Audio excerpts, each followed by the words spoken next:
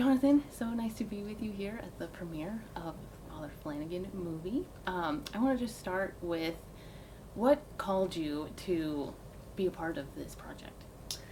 I would say probably Father Flanagan personally.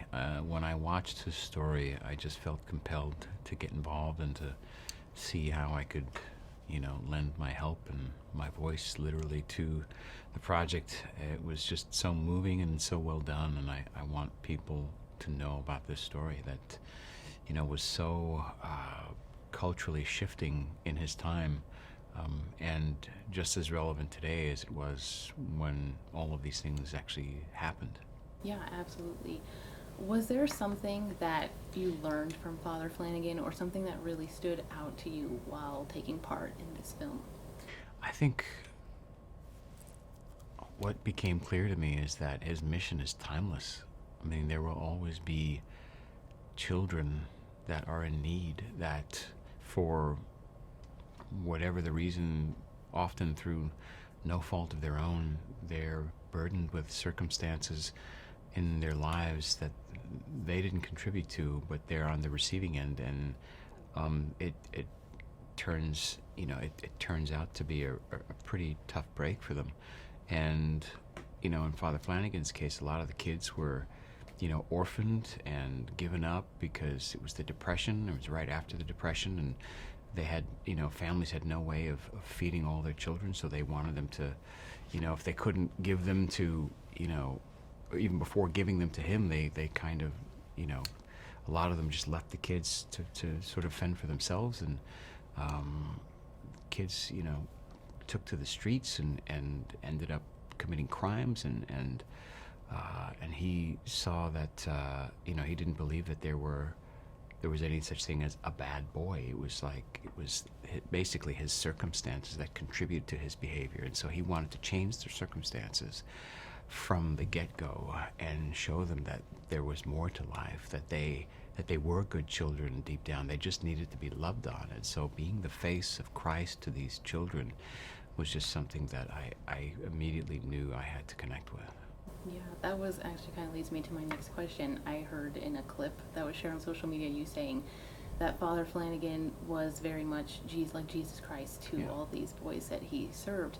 How can we as Catholics be Jesus Christ to others? I mean, going out and finding organizations like Boys Town, like a number of different, charities, and some of which I'm partnered with, that effectively can change children's lives with such modest commitments. Um, you know, Kids are the next generation. I mean, they are the next generation of adults, of humans, of society, and so how a child develops it fundamentally affects society. It's crucial to a functioning society, a healthy society. And so if you treat children with love and mercy and compassion, and show them the value of their lives, they will grow up to be adults that value those things, and can change the world much in the same way that Father Flanagan did. Yeah, absolutely. I'm kind of also leading to my next question. Father Flanagan stood against so many inequalities during his time, many that we still have today, and I would say we even have some newer ones that maybe were not as prevalent during his time. I mean, you spoke at the March for Life, so the life issue is very big right now. What do you think Father Flanagan, what would his message, do you think, would be these days for us? I don't know that it would have changed that much. I think kids still need to be taken care of. I mean, there's so many kids around the world. I was just in Africa for a few days visiting these two children in two different countries that I sponsor, and I was just blown away by the persistent levels of poverty that exist in the world, and many of which you were not predisposed to because we don't see it on the news very much anymore. When I was growing up, you did sort of see it. Now you don't see it. You see other things, but they're still there. The generations continue to perpetuate certain things, like in socioeconomic constructs such as poverty are just omnipresent in the majority of the third world. And so children will always need our help, whether it's here in this country, which, Boys Town still functions today to help children that are underserved and need help and need guidance and assistance, and or if it's another organization, like children will always need to be shaped and guided and completely flooded with God's love in their lives through the people that they are most connected to. And so how do we do that? How do we show those children love? Well, getting involved in their lives, getting involved in organizations that get involved in children's lives, or like Boys Town, is a very effective way to do that, to change these kids' lives. I met so many people on the tour I took today that work here, that are in charge of programming, and they themselves were boys in the system. They went through the system. It's like, oh my gosh, like it works. It changes these kids forever, and it allows them a chance to be not just a productive or a functioning member of society, but a flourishing member of society in ways that they can give back and affect so much change, because that's what we're called to do. We're called to be beacons of light and hope and change to the most needy in our world. Widows and orphans. It was just the gospel passage a couple of weekends ago. We're called to do that in this world, and there wasn't very many greater examples of that in the 20th century than Father Flanagan. Yeah, I also took the tour today and met a bunch of those same people, and it was truly cool. That was amazing. Amazing. A more technical question for you. We are used to seeing you acting. Yeah. How do you prepare for voiceover work? Because I know that's where you started before The Chosen. So how does that differ, your preparation now? It just comes to me. No. I read the script quite a few times, and then I get in a booth, which is not too dissimilar to the kind of a space we're in now, but much smaller. And, I had seen the documentary a couple of times, and understanding what the circumstances are. My voice is now to guide the viewer, in this case of the documentary, but the listener of my voice into the experience of what it was like, for people living and working and in connection to Father Flanagan, or in some cases in the film, the voice of Father Flanagan himself reading these letters that he'd written to various dignitaries, presidents, and people asking for help and trying to reach more of the country and more of society with his mission to help these kids and have more orphanages, more boys' towns in the United States and beyond in the world, to foster these children and to raise these children that so desperately needed love and affection in their lives.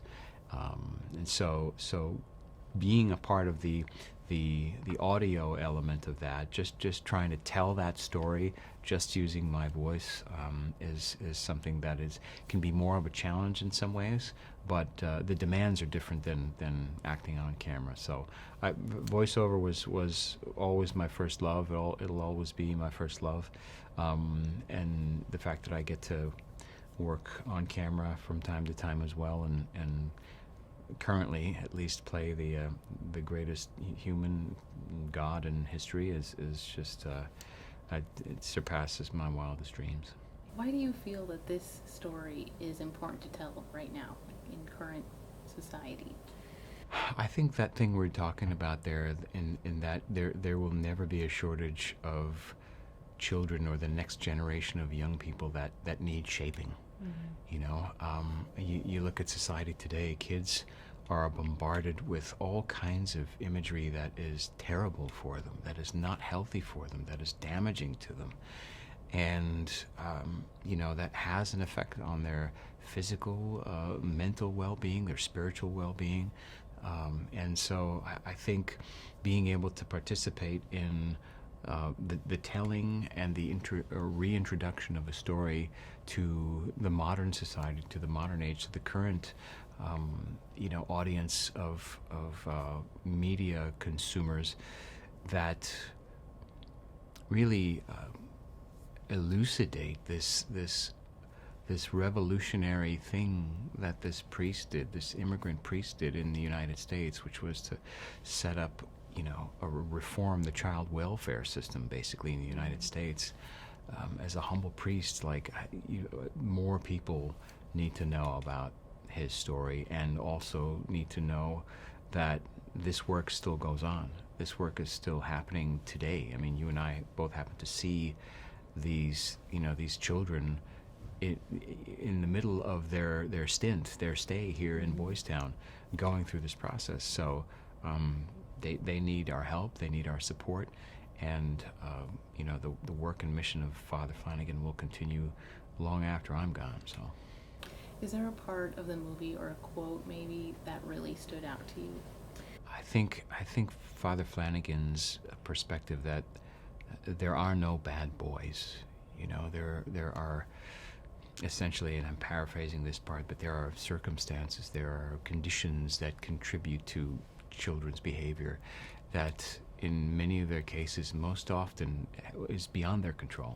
And so the remedy to that, the antidote to that, is love and compassion and mercy and faith and Jesus in their lives. And he did this not just with kids that were not, he didn't just pick Catholic children because he's a Catholic priest. He welcomed everyone. He integrated children from different faiths and races at a time where it was scandalous to do so.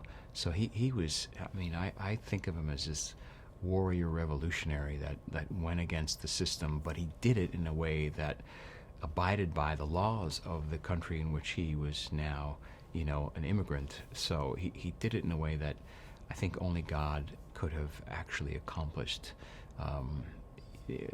because of the magnitude of the impact it had, and the fact that he's like, well, if I can't integrate kids in this home in this city, well, then I'll just buy a farm. I'll buy land and then make my own city. And he did. And it was, today I met an 18-year-old mayor, the youngest mayor in the United States is 18 years old, and he's here in Boys Town.